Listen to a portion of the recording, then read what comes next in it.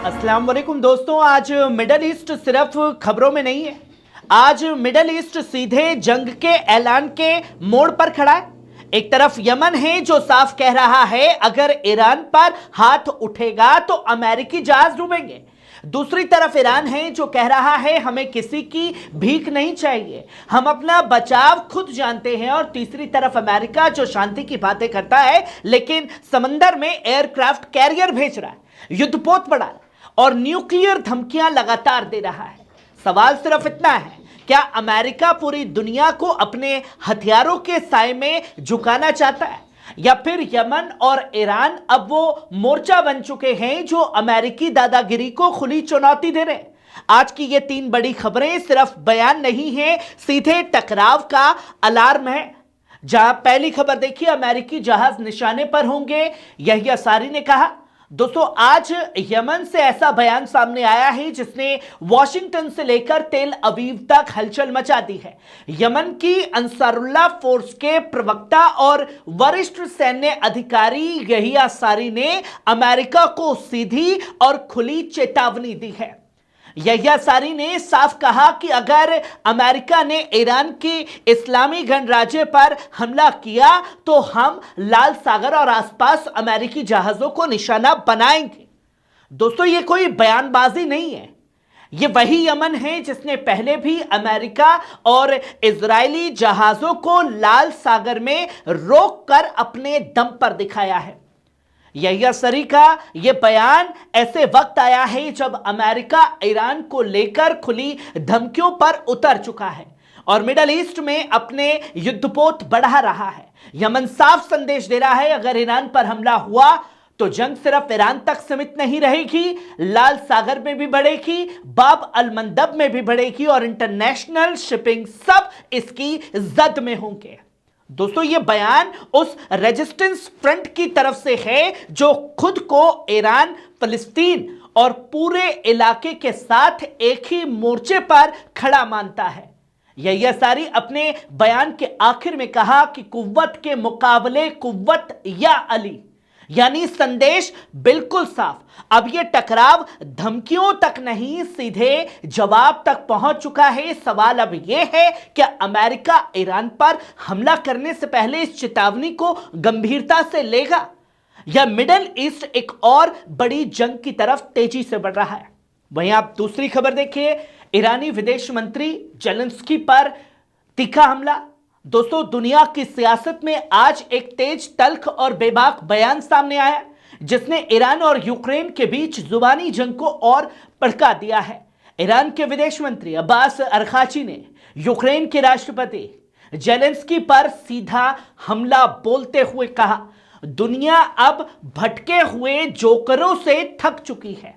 दोस्तों, यह बयान जेलेंस्की के हालिया बयानों के जवाब में आया है जहां उन्होंने ईरान के मौजूदा निजाम को खत्म करने की बात कही थी।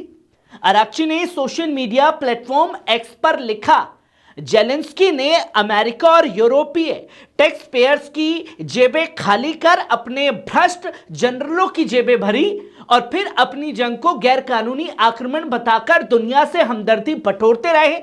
ईरानी विदेश मंत्री ने साफ कहा कि जेलेंस्की जिस जंग की बात कर रहे हैं वो खुद यूनाइटेड नेशन के चार्टर का उल्लंघन है।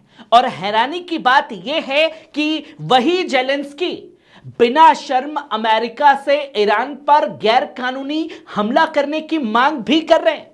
दोस्तों, अराक्ची ने यहां नहीं रुके, एक और सख्त बात कही। उन्होंने साफ कहा, ईरान यूक्रेन की तरह बाहरी ताकतों पर निर्भर मुल्क नहीं है, ना ही उसकी फौज भाड़े के लड़ाकों से भरी हुई है। ईरान जानता है कि अपना बचाव खुद कैसे किया जाता है और उसे किसी विदेशी से मदद की भीख मांगने की जरूरत नहीं है।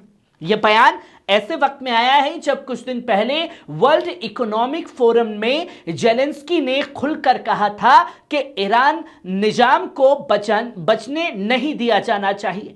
इतना ही नहीं दोस्तों, एक हफ्ते पहले जब ईरान में अंदरूनी अशांति और विरोध प्रदर्शन चल रहे थे, तब भी जेलेंस्की ने दुनिया से अपील की थी कि ईरान में प्रदर्शनकारियों की मदद की जाए ताकि हुकूमत बदली जा सके। ईरान इसे सीधे ढकलअंदाजी मानता है। दोस्तों, ये सिर्फ दो नेताओं की जुबानी तकरार नहीं है, ये उस बड़ी तस्वीर का हिस्सा है जहां एक तरफ अमेरिका और उसके सहयोगी हैं और दूसरी तरफ वो मुल्क जो बाहरी दखल को खुले तौर पर चुनौती दे रहे हैं। सवाल यह है, क्या यूक्रेन की जंग अब दूसरे मुल्कों के खिलाफ बयानों और उकसावे का जरिया बन चुकी है और क्या दुनिया एक और बड़े टकराव की तरफ धीरे धीरे धकेली जा रही है?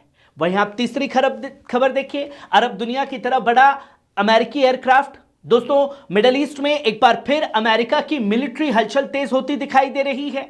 अमेरिकी अधिकारियों के मुताबिक आने वाले कुछ दिनों में एक अमेरिकी एयरक्राफ्ट कैरियर, कई डिस्ट्रॉयर, वॉरशिप्स और फाइटर एयरक्राफ्ट मिडिल ईस्ट पहुंचने वाले हैं। इनमें सबसे अहम नाम है यूएसएस अब्राहम लिंकन, जो पिछले हफ्ते एशिया पैसिफिक रीजन से मिडिल ईस्ट की तरफ रवाना हो चुका है।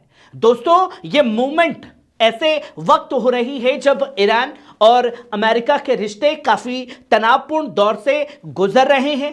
खासतौर पर ईरान में हालिया विरोध प्रदर्शनों और उन पर हुई कड़ी कार्रवाइयों के बाद हालांकि अमेरिकी राष्ट्रपति डोनाल्ड ट्रंप ने बयान दिया है कि वो ईरान के खिलाफ नई सैन्य कार्रवाई से बचना चाहते हैं, लेकिन साथ ही उन्होंने ये भी साफ कहा, अगर ईरान ने अपना न्यूक्लियर प्रोग्राम दोबारा शुरू किया तो अमेरिका हरगिज चुप नहीं बैठेगा।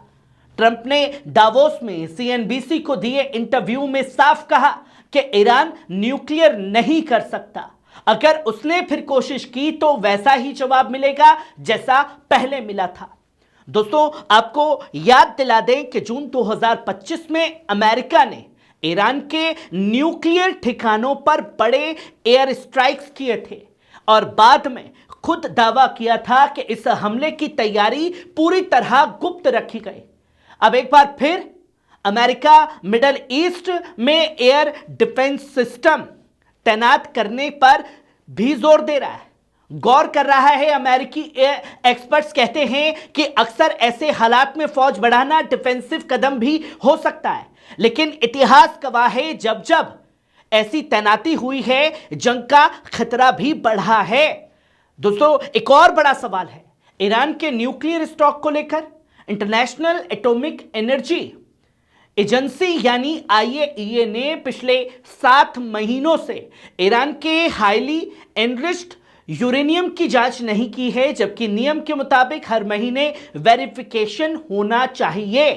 अनुमान है कि ईरान के पास करीब 440 किलो यूरेनियम है जो 60% तक एनरिच्ड किया जा चुका है और यही खतरा है कि जिससे पूरी दुनिया बौखलाई हुई है कि आखिरकार एक मुस्लिम देश अपने आप में ही इतना ताकतवर कैसे हो गया। जहां एयरक्राफ्ट कैरियर बड़े हैं तो ईरान और यमन ने साफ तौर पर बता दिया कि आप फौजी बढ़ाइए, एयरक्राफ्ट बढ़ाइए और हमारी भी उंगलियां अब ट्रिगर पर हैं, निशाने पर आपके जहाज, आपके फौजी और हर वो एक जगह है जो खास तौर पर अमेरिका की दादागिरी को बढ़ावा दे रहे हैं। कैसी लगी खबर? कमेंट बॉक्स में आकर के अपनी राय जरूर दीजिएगा। शुक्रिया।